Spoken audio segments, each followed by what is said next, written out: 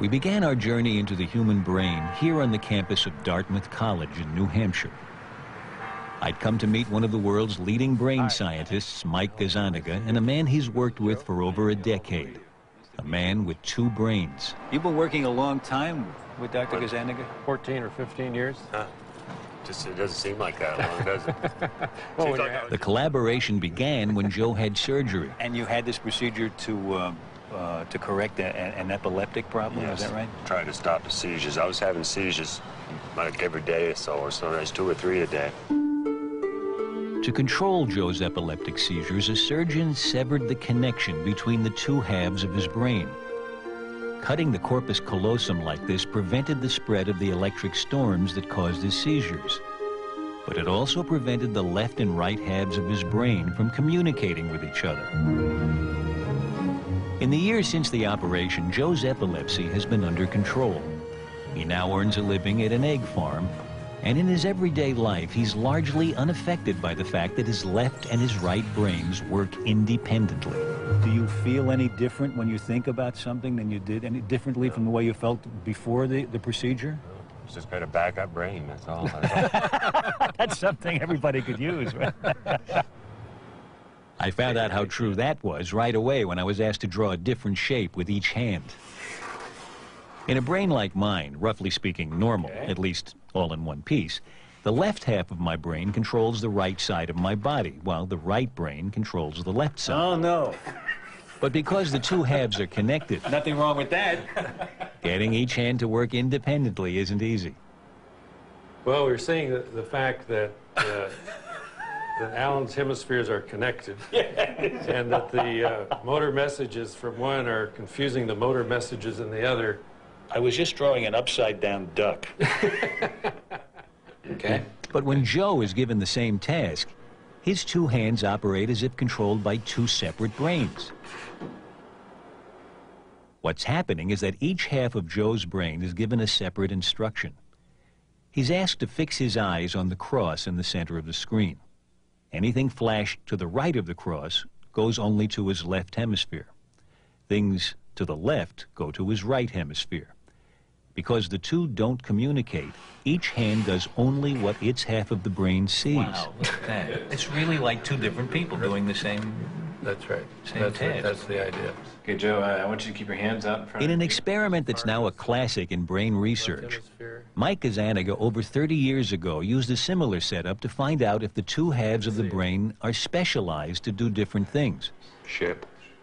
Joe is being flashed a word only to one half of his brain. Words flashed to the right Storm. are seen only by his left brain, and Joe can report seeing those words just fine. Piano. Good. But when a word is flashed to his right brain, Didn't see that. Okay. Joe, I'm going to ask you but now watch what happens. to draw that with your left hand.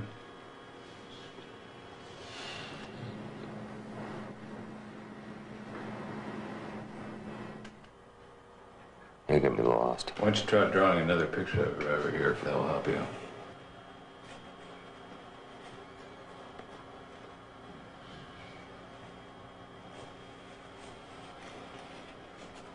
Oh, phone. Oh, okay. Durr. It's almost as though somebody has given him a secret communication. That's and right. now he knows that it's a telephone. But up until then, he was blind to it. Exactly. When Gazzaniga first did this experiment, it instantly proved that the ability to speak resides almost exclusively in the left hemisphere. Not until he sees what his right brain is drawing is Joe able to name He it. said church, didn't he? After looking at the picture. But he had to figure it out about as long as we did. That's really interesting. It's a picture here of somebody communicating almost with another person. And the communication is not occurring inside the head, it's occurring out on the piece of paper. Yeah. Blob. I really don't know. You want to draw a little bit more? So far, Joe has been seeing only one word. Cat. That's a cat Things get sound. even stranger when he's flashed two words, each to only one half of his brain. The right hemisphere saw toad. Yeah. And so his left hand draws a toad. So there's the toad. Oh, it's a toad. Right. And this time I was able to guess what was coming. Will they put a little three-legged stool in there later, or what? Joe's speaking left brain saw a stool. Saying the word lets the hand that's controlled by his right brain in on the secret. That's great. That's really interesting. And if he had seen that with the corpus callosum intact, he would have drawn a toadstool. Right. Not a toad and a stool. Right, exactly the point. I've been doing this for 35 years. Yeah. And it gets me every time. Yeah, it must. It must. This time, instead of naming the word, I want you to point to the word. Again, Joe sees two words simultaneously. Bell goes to his non-speaking right brain. Music to his speaking left brain. When asked to point to a picture of what he saw, he chooses Bell. But when asked why... Yeah, why'd you pick that one? Music. Music? And when asked to explain... It was music and bell, and it was a few minutes ago, last time I heard any music was coming from the bells out here. Uh-huh.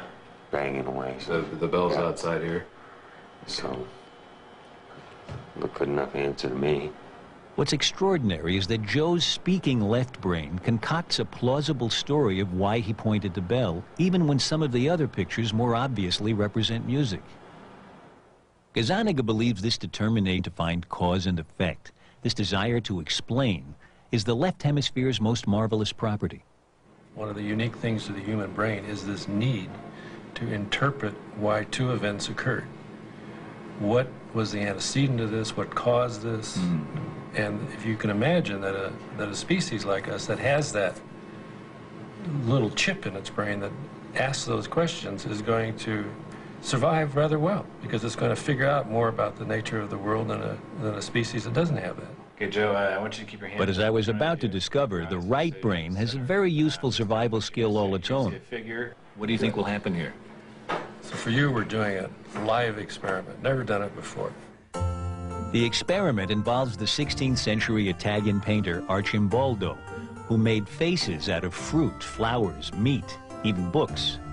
From other research, there's reason to believe that the ability to recognize faces is located exclusively in the right hemisphere. So Mike wondered if Arcimboldo's paintings would look different to each of Joe's two brains. So will his left hemisphere say, I saw a potato, I didn't see a face? And will his right hemisphere say, I saw the face, and not comment on the fact it was made out of a potato? You're going to see a figure followed by a choice of two words. If this works, it'll be terrific, but we'll see. So here it is, live. Okay? The first painting goes to the right hemisphere. And Joe points to face. Down. The next painting goes to his left brain. And this time he points to fruits. Mike seemed pleased. Are you having a moment? This is too good. Again to the right brain, and Joe sees it as a face. Point it down. But to the left brain, Face made out of books. Point it up. What are the books? are you happy with what you're Fruit. seeing? It's unbelievable. He's doing it. You see that? It's going so fast, it's shifting from left to right so fast, I can't keep up with you. You're used to looking at this. When you show him a face in the right side, the left hemisphere, Yeah, he's focusing in on the elements that made up the face. yeah. When you show him the exact same picture in the left field, going to the right hemisphere, he's focusing on the face and not the elements. And not the elements.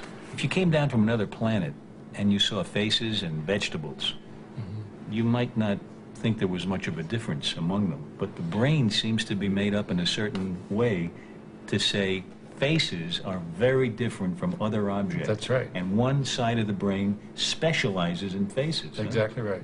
Exactly right. It is an adaptation that we have to detect upright faces. It's a very important.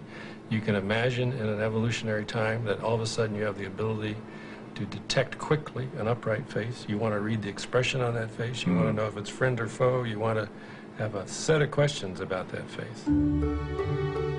The right brain might be skilled at recognizing faces. But when it comes to what gives the human mind its power, the ability to reason, to invent, to interpret the world around it, Mike Gazzaniga's 30 years of research has taught him which hemisphere he wouldn't want to be without. The old phrase around our lab is, don't leave home without your left hemisphere. That's where the action is.